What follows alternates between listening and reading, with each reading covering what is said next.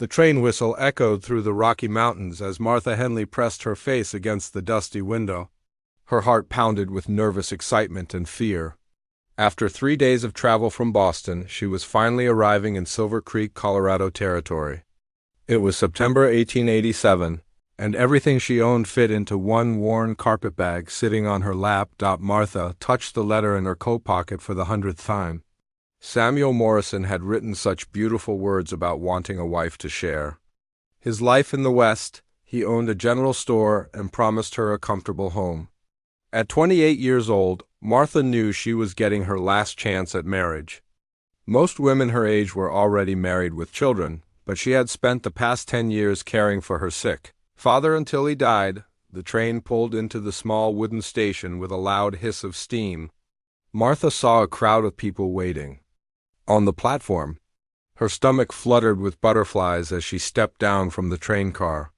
The mountain air was crisp and clean, so different from the smoky city air back in Boston. She looked around for Samuel Morrison, trying to match faces with the description in his letters. A well-dressed man in a fine coat and shiny boots stepped forward. He had dark hair slicked back with pomade and a thin mustache. This had to be Samuel. "Mr. Morrison?" Martha asked with a hopeful smile, walking toward him with her bag. The man looked her up and down with cold, calculating eyes.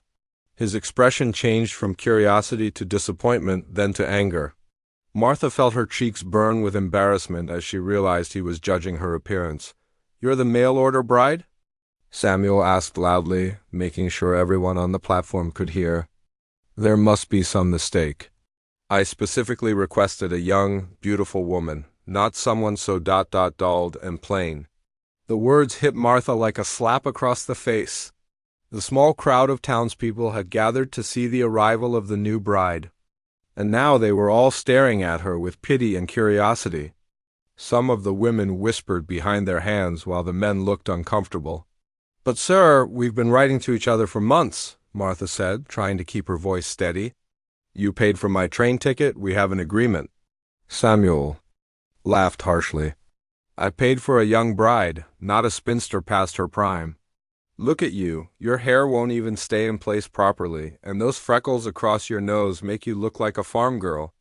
I run a respectable business in this town. I need a wife who will improve my social standing, not embarrass me."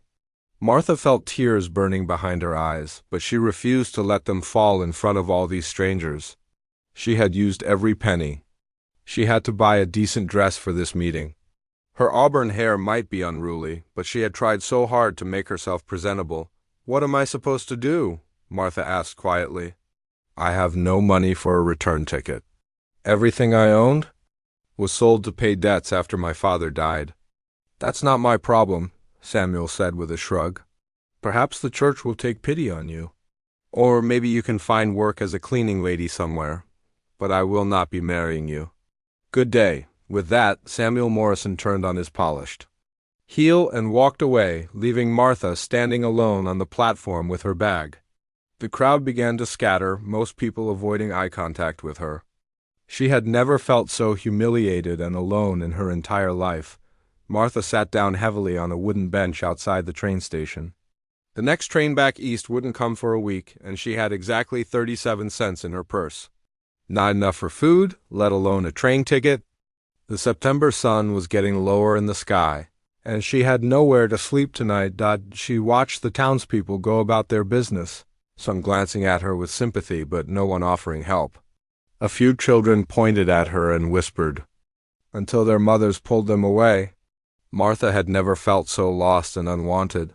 Back in Boston, at least she had her father's small house and neighbors who knew her. Here she was just the mail-order bride that nobody wanted. The mountain wind picked up, making Martha pull her thin shawl tighter around her shoulders.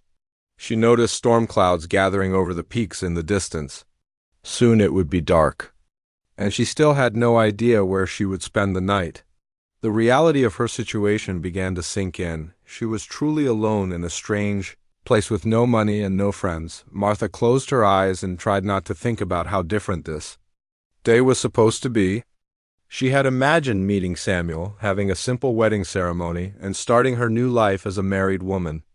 Instead, she was sitting on a train platform, rejected and abandoned, with no idea what tomorrow would bring. As the sun began to set behind the mountains, painting the sky in shades of orange and pink, Martha wondered if she had made a terrible mistake coming west. Maybe she should have stayed in Boston and tried to find work as a seamstress or a governess. At least there she wouldn't be stranded in the middle of nowhere with winter coming and nowhere to go. The sound of boots on wooden planks made her look up. A man was walking across the platform toward her, moving slowly and carefully like he didn't want to frighten her. Martha tensed, wondering if this was another person coming to gawk at the rejected bride or perhaps 'cause her trouble, but something about this man seemed different from the others. He wasn't dressed in fine clothes, like Samuel Morrison. Instead, he wore simple work clothes, sturdy boots, dark pants, and a clean but well-worn shirt. His hands looked like they knew honest work, and his eyes seemed kind rather than judgmental. Martha straightened her shoulders and tried to look dignified despite her circumstances. Whatever this stranger wanted, she would face it with as much grace as she could manage. She had already endured the worst humiliation of her life today. Surely nothing else could make her feel worse than she already did. The man approaching Martha had been standing at the edge of the crowd during her humiliating encounter with Samuel Morrison.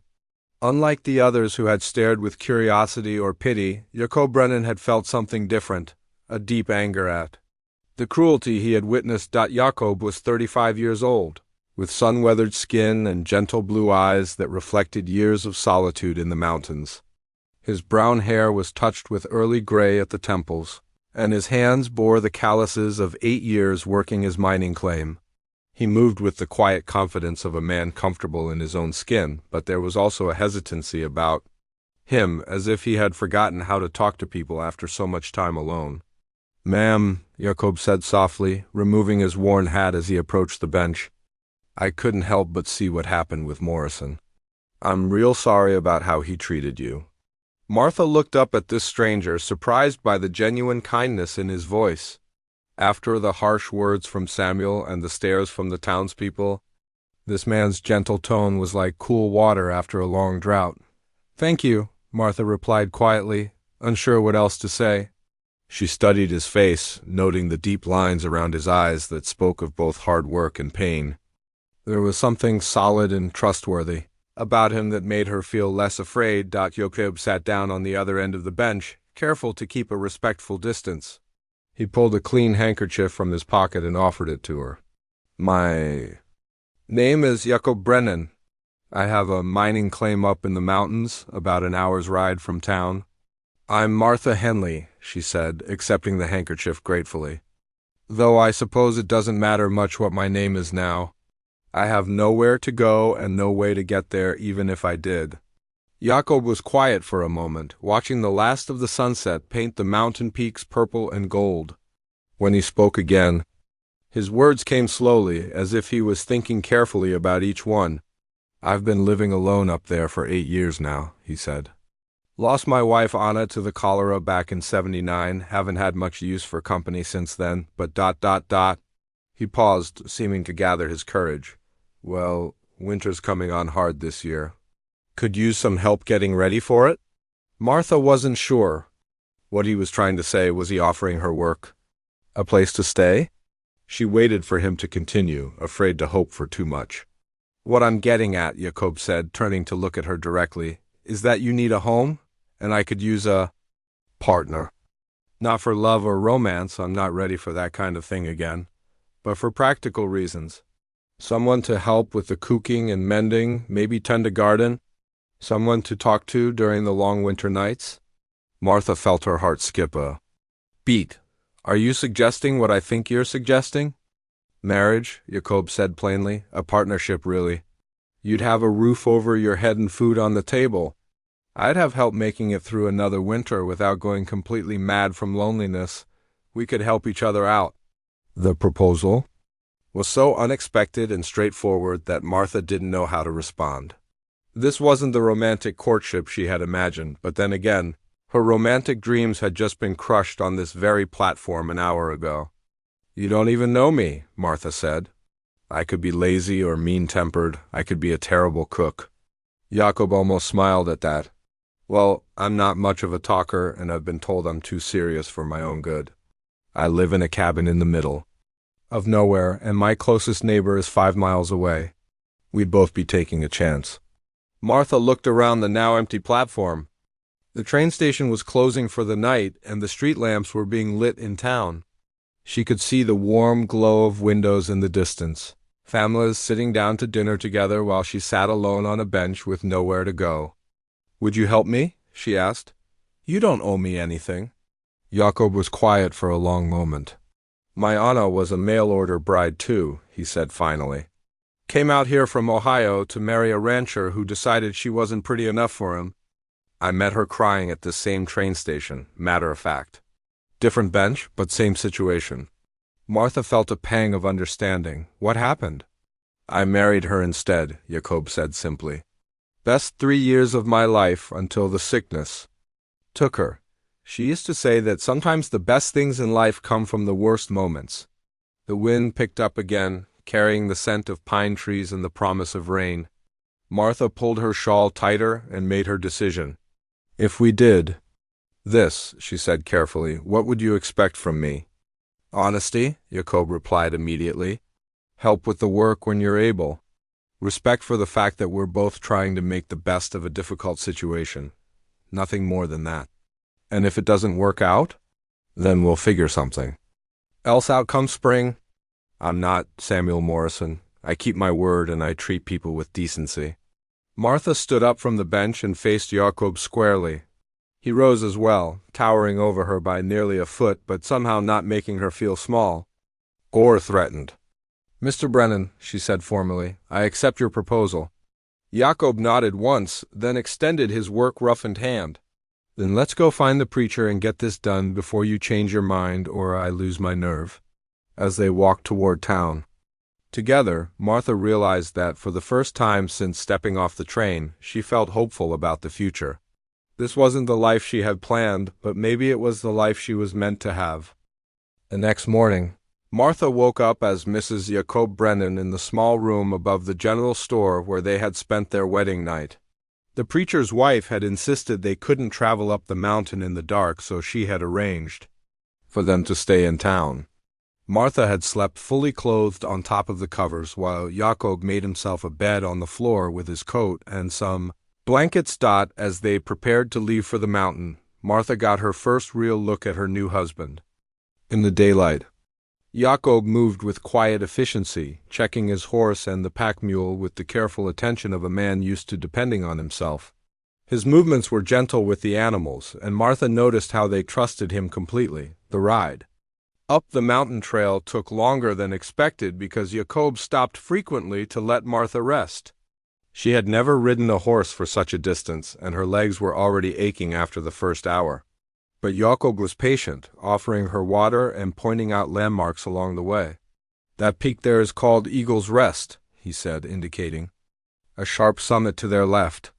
"And that meadow down there is where I sometimes see deer in the early morning."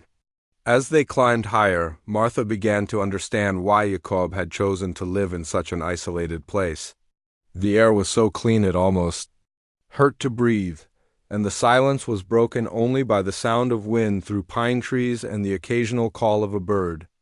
It was completely different from the noise and smoke of Boston. When they finally reached Jakob's property, Martha gasped in surprise. She had expected a rough shack, but instead she saw a well-built log cabin with a stone chimney already sending up a thin curl of smoke. Glass windows caught the afternoon sunlight, and there was even a small front porch with a wooden chair. "It's beautiful," Martha said, and meant it. Jakob helped her down from the horse, his hands gentle but brief. "Built it myself over the years.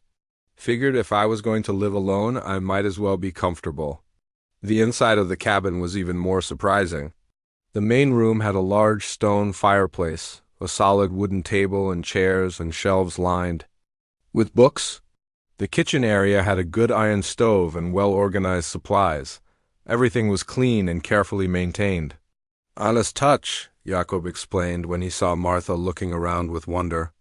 She had a way of making even a simple place feel like home. Behind the cabin, Martha discovered Jakob's small farm. He had a vegetable garden with neat rows of late-season crops, a chicken coop with fat, healthy hens, and a small barn housing 2 milk cows and his horse. Everything showed the careful attention of someone who understood that survival in the mountains required planning and hard work. "The mine is about a quarter-mile that way," Jakob said, pointing toward a path that led into the trees. "I work it most days, but not so hard that I can't help around here when needed." That first week, Martha threw herself into learning her new life. Jakob showed her how to work the iron stove, which was different from the gas stove she was used to in Boston. She learned to collect eggs from hens that seemed suspicious of her at first, and how to milk cows that were much larger and more intimidating than she had expected. The work was harder than anything she had done before, but Martha found herself enjoying it. Back in Boston, she had spent her days reading to her invalid father and managing his medicine. Here, every task had a clear purpose. Feeding the animals meant fresh milk and eggs. Tending the garden meant food for winter. Keeping the fire going meant staying warm when the snow came. Jakob was a patient teacher, showing her how to preserve vegetables in the root cellar he had dug behind the cabin, how to churn butter, and how to mend the tears that mountain living put in clothes and equipment. He never made her feel stupid for not knowing these things, and he always thanked her for her efforts, even when her first attempts at mountain cooking were less than successful. "City bread," Jakob said diplomatically after trying Martha's first attempt at baking, which had come out flat and dense as a brick. "Terrible bread," Martha corrected, laughing despite her frustration. "We'll work on it," Jakob replied with what might have been the beginning of a smile. Evenings were the hardest part of their new arrangement. After the work was done and they had eaten dinner, they sat by the fire with very little to say to each other. Jakob would read or work on small repairs while Martha mended clothes or tried to write letters to distant cousins back east. The silence wasn't uncomfortable exactly, but it wasn't companionable either. Martha began to learn small things about her husband during these quiet hours. He read books about mining and farming, but also poetry and history. His hands, so rough from years of hard work, were surprisingly gentle when he handled delicate things. He had carved the wooden bowls they ate from and built most of the furniture in the cabin himself.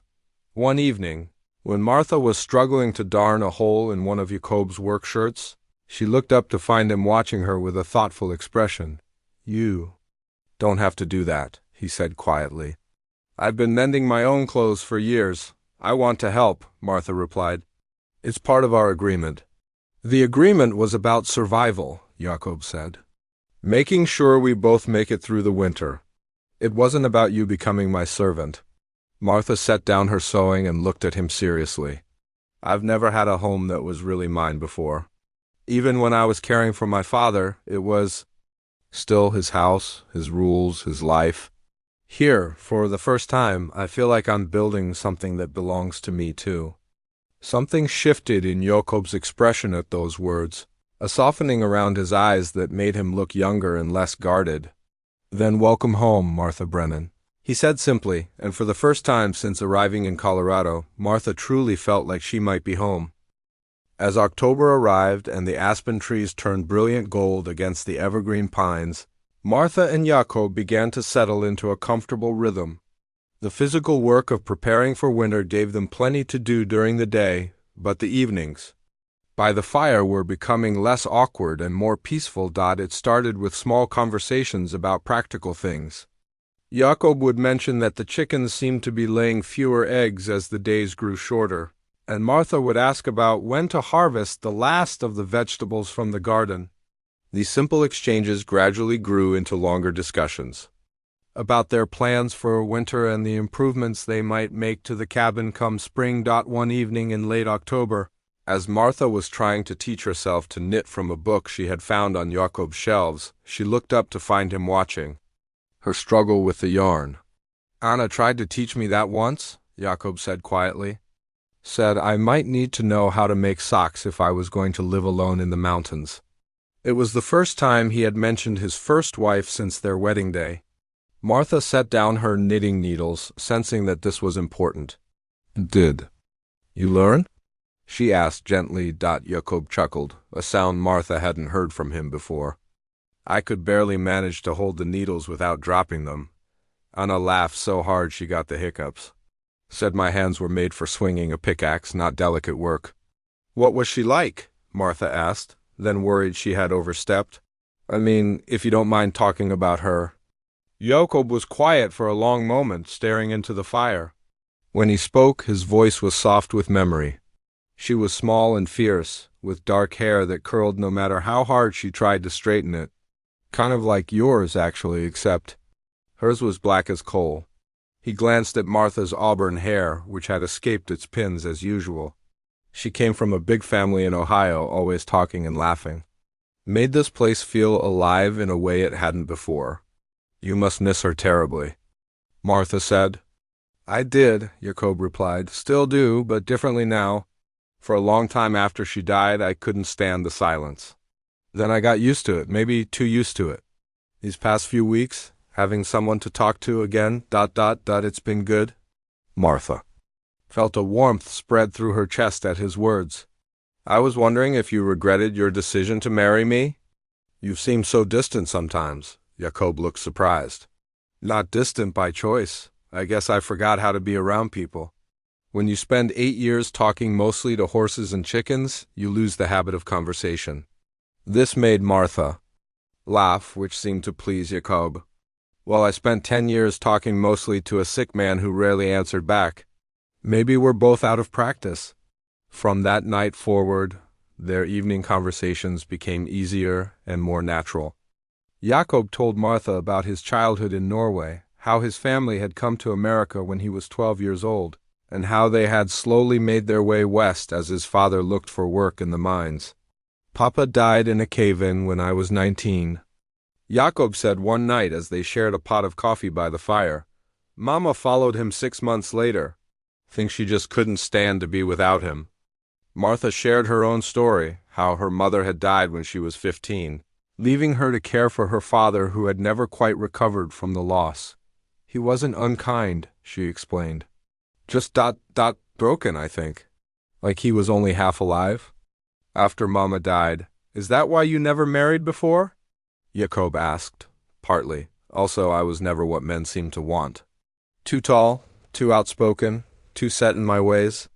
My father's friends used to say I needed a husband to gentle me down, make me more ladylike. But the idea of being gentled down never appealed to me much.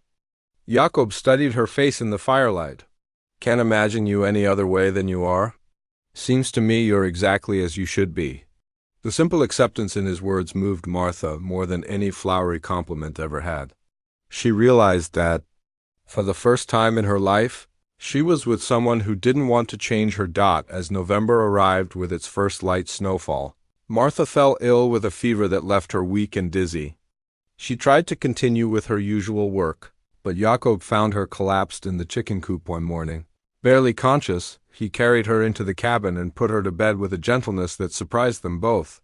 For 3 days he tended to her like a mother with a sick child, bringing her broth and tea, keeping the fire going to ward off the chill, and placing cool claws on her forehead when the fever spiked. You don't have to do this, Martha whispered on the second day, embarrassed by her helplessness. Where else would I be? Jacob replied simply, adjusting her pillows. We're partners, remember? Partners take care of each other. When Martha's fever finally broke, she woke to find Jacob asleep in the chair beside her bed, his head resting on his arms on the edge of the mattress. She watched him sleep, noting the lines of exhaustion around his eyes and realizing how worried he had been. About her something had changed between them during those days of illness. The careful politeness they had maintained was gone, replaced by something warmer and more real. When Jacob woke and saw her watching him, he smiled with genuine relief. Welcome back, he said softly. Thank you, Martha replied, meaning much. More than just his care during her illness. As she recovered her strength over the following week, Martha found herself noticing things about Jacob she hadn't seen before. The way he hummed while he worked. How he always saved the best pieces of firewood for the coldest nights. The careful way he handled wounded animals, like the injured rabbit he had found and nursed back to health in a box by the stove. One evening, as they sat by the fire reading, Martha looked up to find Jakob watching her with an expression she couldn't quite read. "What?" she asked, suddenly self-conscious. "Nothing," Jakob said, but he was almost smiling. "Just thinking that this feels more like home than it has in 8 years." Martha felt her heart skip a beat at his words. Their practical arrangement was becoming something else entirely, something that felt dangerously close to the real thing. December brought the first real snowstorm of the season, and with it, Martha's introduction to the harsh realities of mountain winters. The snow fell for 3 straight days, piling up against the cabin walls and making it impossible to see more than a few feet beyond the windows. "Is it always like this?" Martha asked on the second day, watching Jakob add more wood to the fire. "This is just the beginning," Jakob replied, but not unkindly. "January and February will be worse. Some years the snow gets so deep you can't see the fence posts." Martha felt a flutter of panic at the thought of being trapped in the small cabin for months with no way to get to town. Back in Boston, even during the worst blizzards, she could always walk to the corner store or visit neighbors. Here, their nearest neighbor was 5 miles away, and the road would be impassable until spring. But as the days passed, Martha began to understand why Jakob had chosen this isolated life. There was something peaceful about being cut off from the rest of the world, about having nothing to worry about except keeping warm and fed. The constant noise and hurry of city life seemed like a distant memory. They developed new routines for winter living. Every morning, Jakob would shovel a path to the barn to tend the animals while Martha kept the fires going and prepared breakfast. They worked together to haul water from the well before it could freeze, and spent afternoons doing indoor tasks like mending tools and clothes. The evenings grew longer and more companionable. Jakob taught Martha to play chess using a set he had carved from pine wood, and she read aloud from books while he worked on small carpentry projects. They discovered they both enjoyed the same kinds of stories, adventures and mysteries rather than romance novels.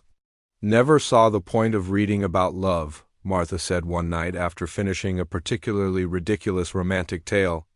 "Real life is complicated enough without all that swooning and dramatic gestures." Jakob laughed, a sound that was becoming more common.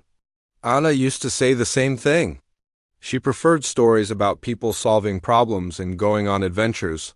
Martha noticed that Jakob spoke about Anna more easily now, sharing memories, without the deep sadness that had marked his earlier mentions of his first wife. It seemed healthy, this ability to remember without being consumed by grief. Just after Christmas, which they had celebrated quietly with a special dinner and small gifts they had made for each other, the worst blizzard either of them had ever seen descended on the mountains. The wind howled like a living thing, rattling the windows and finding every small gap in the cabin walls. On the second night of the storm, Martha woke to the sound of dripping water. She sat up in bed and saw Jakob already awake, staring at the ceiling with concern. "The roof," he said grimly. "Too much snow. It's starting to give way." They spent the rest of the night moving furniture and supplies away from the areas where water was seeping through. By morning, it was clear that the situation was becoming dangerous. The weight of the snow was causing the roof beams to sag, and more leaks had appeared. "We have to get up there and shovel off some of that snow," Jakob said, "or the whole thing might come down." "In this wind?" Martha asked, looking out at the swirling snow that made it impossible to see the barn. "We don't have a choice. The storm isn't supposed to break for another 2 days." What followed were the most terrifying and exhausting hours of Martha's life. Jakob tied a rope around his waist and fought his way through the blizzard to the ladder he kept against the back of the cabin. Martha held the other end of the rope from inside, feeling it tug and jerk as he battled the wind and snow above her head. When he finally came back down, his face was blue with cold and his clothes were soaked through. But he had managed to clear enough snow from the worst spots to relieve some of the pressure on the roof. "Your turn to stay warm," Martha said, helping him out of his wet clothes and wrapping him in blankets by the fire. "I'll watch for more leaks." They took turns throughout the day, one person staying warm and dry inside, while the other ventured out to clear more snow or check on the animals. It was exhausting work, but they developed a rhythm that kept them both safe and the cabin from collapsing. By the time the storm finally blew itself out 3 days later, they were both beyond tired. But they had worked together as a true team, trusting each other completely and never once arguing or panicking despite the danger. "I couldn't have done that alone," Jakob said as they surveyed the damage on the first clear morning. Several roof boards would need to be replaced come spring, and they had lost some shingles, but the cabin was still standing. "I never knew I could do something like that," Martha replied, looking at her hands, which were blistered from gripping the rope and shoveling snow. "Back in Boston, I would have just waited for someone else to fix the problem." Jakob looked at her with something like admiration. "You're stronger than you know. Most people wouldn't have lasted an hour in that storm." As winter deepened into January and February, Martha and Jakob found themselves working together, so smoothly it seemed like they had been partners for years instead of months. They anticipated each other's needs, shared tasks without being asked, and developed their own jokes and references that made the long, dark days more bearable. The isolation that had worried Martha at first became a source of comfort. There was no one to judge them, no social expectations to meet, no need to pretend to be anything other than exactly who they were. They could talk or sit in comfortable silence, work together, or pursue separate activities without any pressure. To be the perfect married couple, one particularly cold night in February, as they sat by the fire with blankets wrapped around their shoulders, Martha realized that she had never felt more content in her life. The work was hard and the conditions were sometimes difficult, but she had never experienced this kind of partnership before, this sense of being valued and trusted and needed.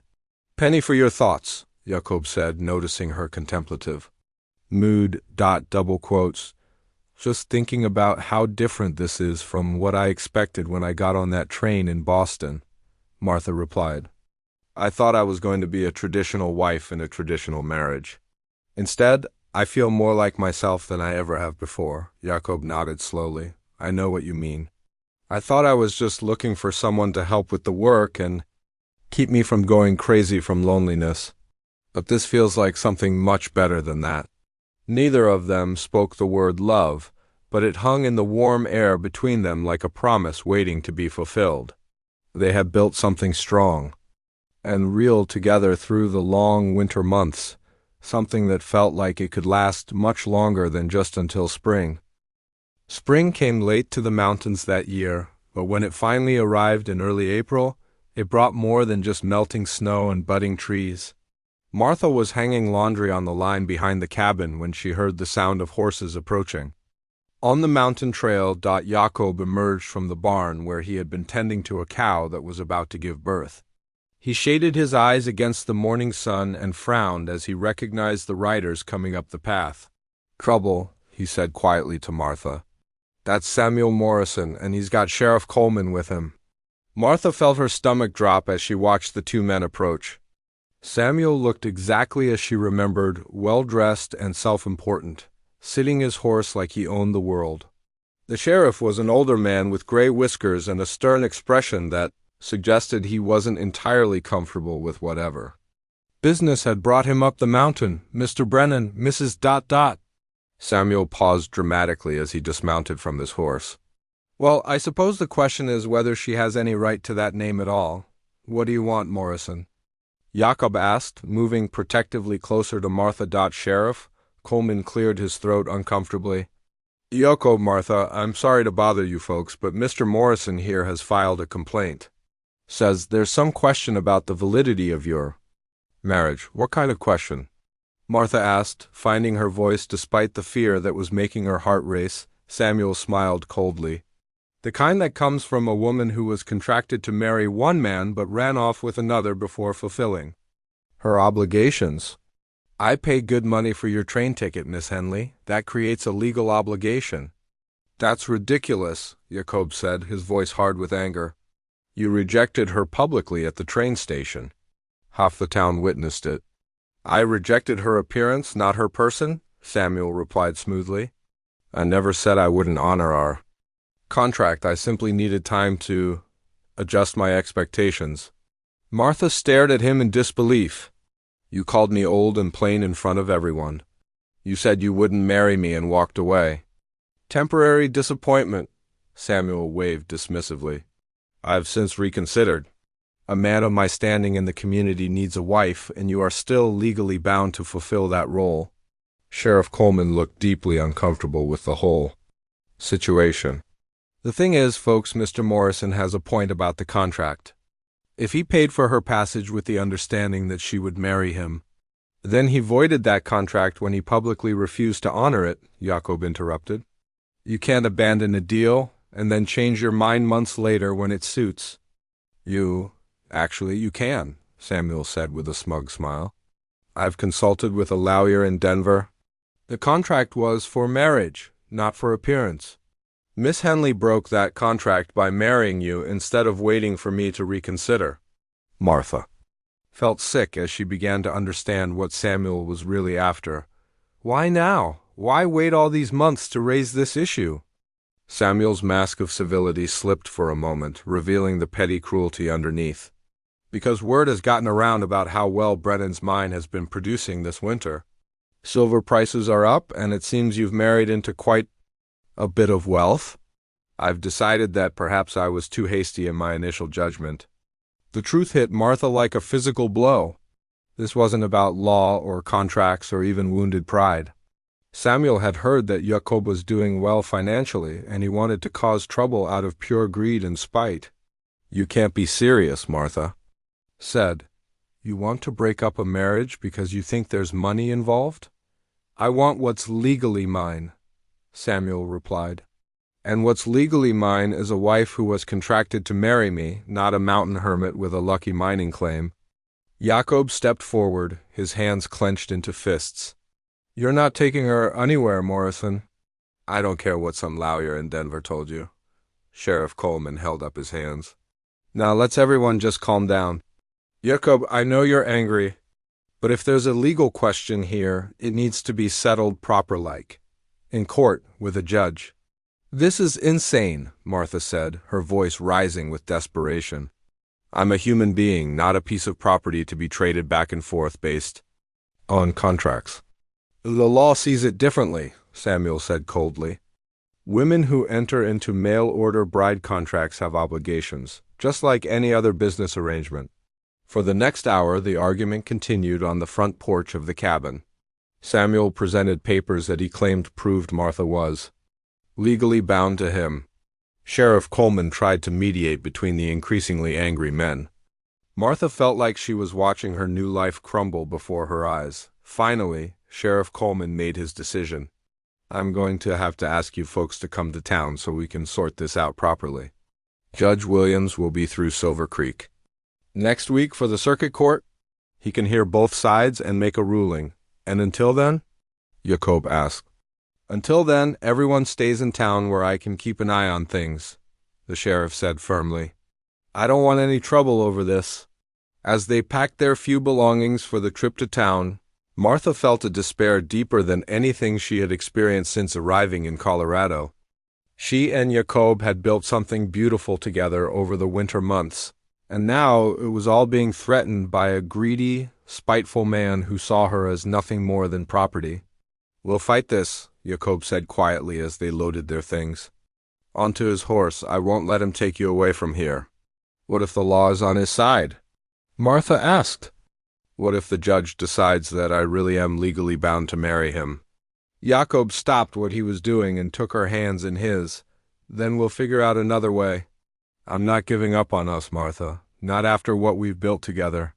But as they rode down the mountain trail toward an uncertain future, Martha couldn't shake the feeling that their happiness had been too good to last.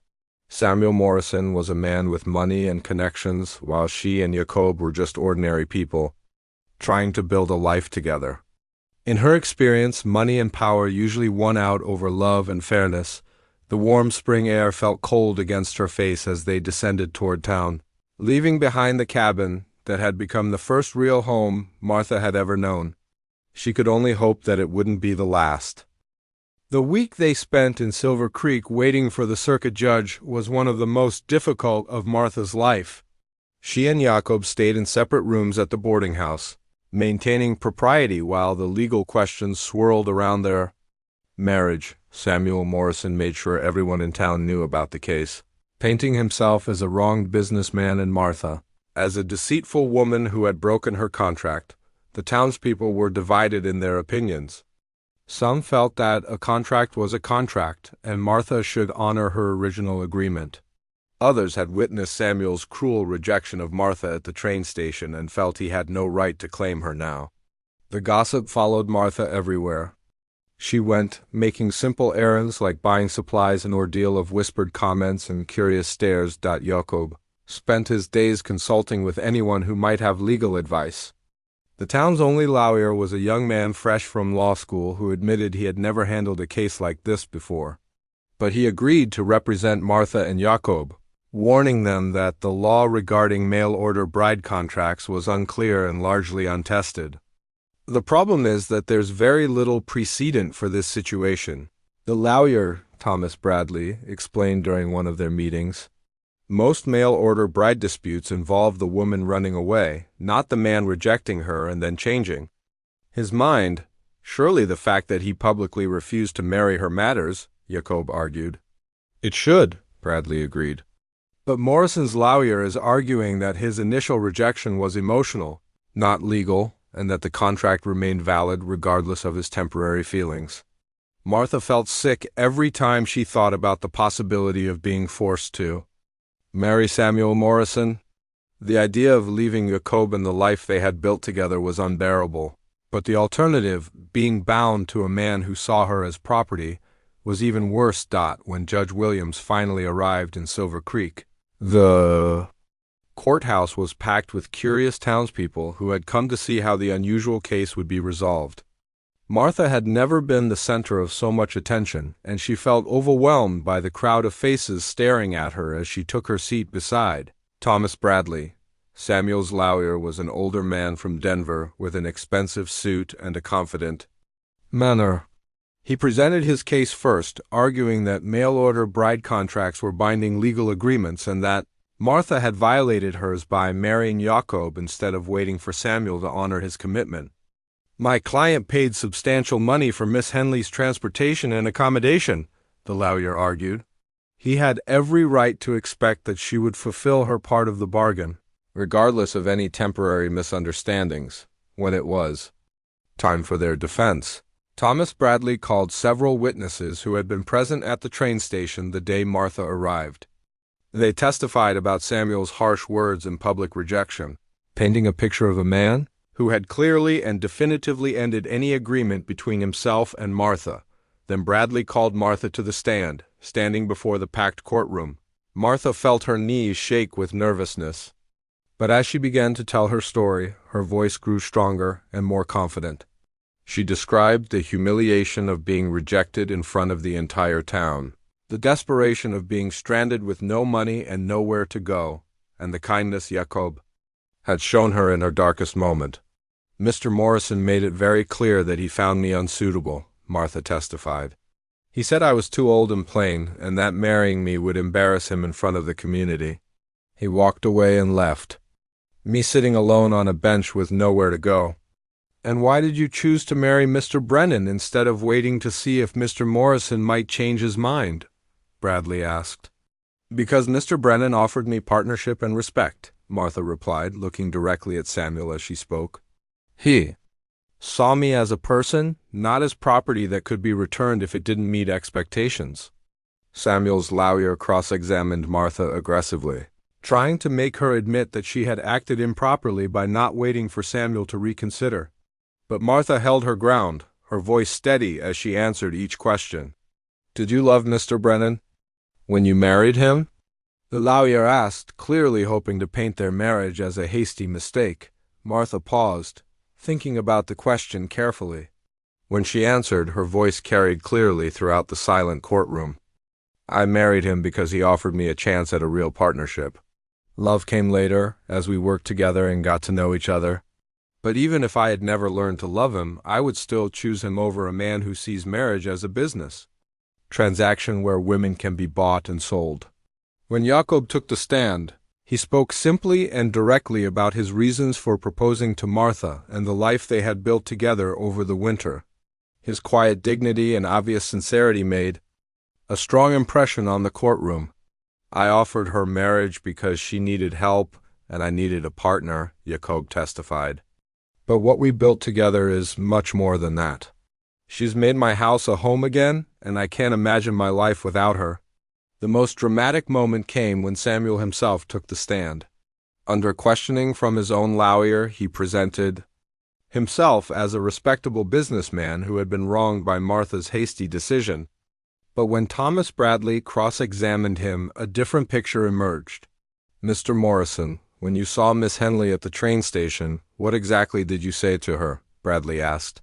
"I expressed some disappointment that she wasn't quite what I had expected," Samuel replied carefully. "Disappointment?" Bradley pressed. "According to several witnesses, you said she was too old and plain and that marrying her would embarrass you. Would you call that disappointment or rejection?" Samuel's composure began to crack. "I may have spoken more harshly than I intended, but that doesn't mean I had permanently decided against the marriage."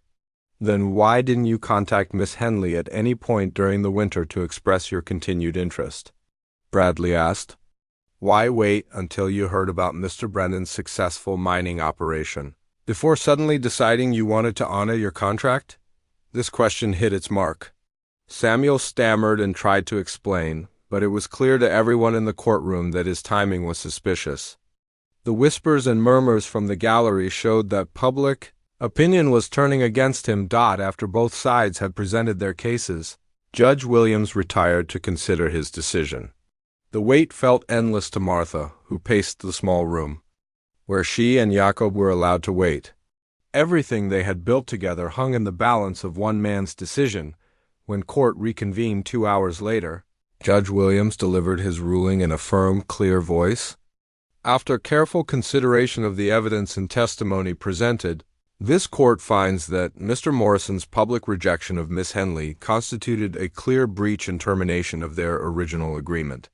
Miss Henley was therefore free to enter into marriage with Mr. Brennan, and that marriage is valid and legally binding."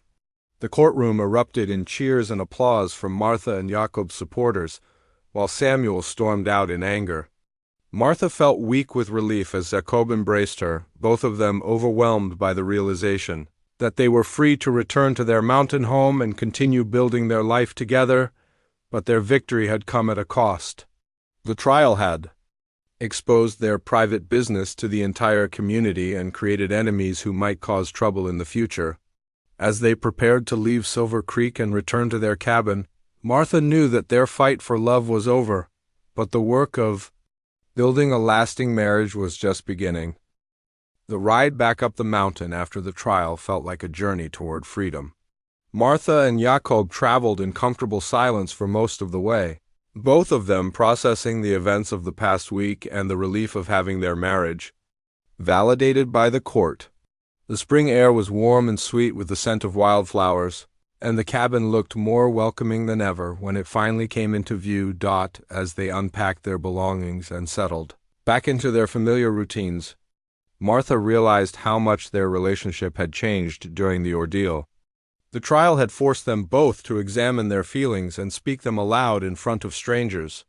There was no going back to the careful politeness of their early days together. That evening, as they sat by the fire after dinner, Jakob turned to Martha with a serious expression. "I need to tell you something," he said. "When I heard Morrison's lawyer talking about taking you away from here, I realized that somewhere along the way, this stopped being about practical partnership for me." Martha set down her mending and gave him her full attention. "What do you mean?" "I mean I love you, Martha," Jakob said simply. "Not just as a partner or a companion, but as my wife. The thought of losing you made me understand that what we have together is worth fighting for." Martha felt tears spring to her eyes at his words. "I love you too," she whispered. "I think I have for months, but I was afraid to say it." "Our arrangement," was supposed to be practical, and I didn't want to complicate things by wanting more. Jakob reached for her hands, holding them gently in his work-roughened ones. Maybe it started as practical, but it became something much better than that. You've made me feel alive again in ways I didn't think were possible after Anna died. They talked late into the night, sharing feelings they had kept carefully hidden during the winter months. Martha learned that Jakob had fallen in love with her quiet strength and the way she had transformed their house into a real home. Jakob discovered that Martha loved his gentle nature and the way he made her feel valued and respected for exactly who she was. "I want to ask you something," Jakob said, as the fire burned down to embers. "Will you marry me again? Not out of necessity this time, but because we choose each other and choose this life together?" Martha laughed through her tears. "We're already married, you foolish man." "I know," Jakob grinned, "but I want to do it right this time. With flowers and a real celebration and words that mean something because we're saying them with full hearts." They held their second wedding ceremony 2 weeks later, on a beautiful May morning in the meadow behind their cabin. The preacher from town rode up to perform the service, and a few of their friends and neighbors who had supported them during the trial came to witness their vows. Martha wore a simple blue dress she had sewn herself, with wildflowers in her hair that Jakob had picked for her that morning. Jakob had traded some silver for a proper gold ring, which he slipped onto her finger as he promised to love and cherish her for all the days of his life. "I choose you," Martha said as she spoke her vows, "not because I have to, but because I want to, because you see me as I am and love me anyway. Because you've given me a home and a purpose and a partnership I never dreamed was possible." Their friends cheered and threw flower petals as Jakob kissed his bride for the second time, but with infinitely more meaning than their first perfunctory ceremony at the courthouse. The summer that followed was the happiest time of Martha's life. She and Jakob worked together to expand their small farm, adding more vegetables to the garden and planning improvements to the cabin. Jakob's mind continued to produce well, giving them the security to dream about the future. They talked about traveling to Denver for their first anniversary, maybe even going back east so Martha could show Jakob where she had grown up. They discussed the possibility of starting a family, though they were both realistic about their ages and grateful for whatever time they had together. One evening in late August, as they sat on their porch watching the sunset paint the mountains gold and purple, Martha reflected on the strange journey that had brought them together. "Do you ever wonder what would have happened if Samuel Morrison had accepted me that day at the train station?" she asked. Jakob considered the question seriously.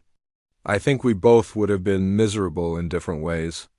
You would have been trapped with a man who didn't value you, and I would have spent another lonely winter in this cabin, probably drinking too much and feeling sorry for myself. It's strange how the worst day of my life led to the best thing that ever happened to me," Martha mused. "Maybe that's how love works sometimes," Jakob replied, reaching for her hand. "Maybe it comes when you're not looking for it, when you're just trying to survive and make the best of a bad situation." As autumn returned to the mountains, bringing with it the anniversary of their first meeting, Martha and Jakob began planning for their second winter together. But this time they faced the long, cold months not as strangers learning to live together, but as partners who had chosen each other freely and built something lasting from the foundation of mutual respect and genuine affection. The story of the mail-order bride who was rejected by one man and chosen by another became local legend in Silver Creek. People would tell it to illustrate that sometimes the best things in life come from the worst moments, and that real love is worth waiting for and fighting for when you find it. Martha Brennan, who had once thought herself too old and plain for love, had discovered that the right person would see her exactly as she was meant to be seen. And Jakob Brennan, who had thought his heart was buried with his first wife, learned that love could come again in unexpected ways to those brave enough to open their hearts to new possibilities. Their cabin in the mountains became a symbol of what could be built when two people chose to face life's challenges together, proving that the strongest marriages are not founded on romance and passion alone, but on the daily choice to love, support, and believe in each other through whatever storms may come.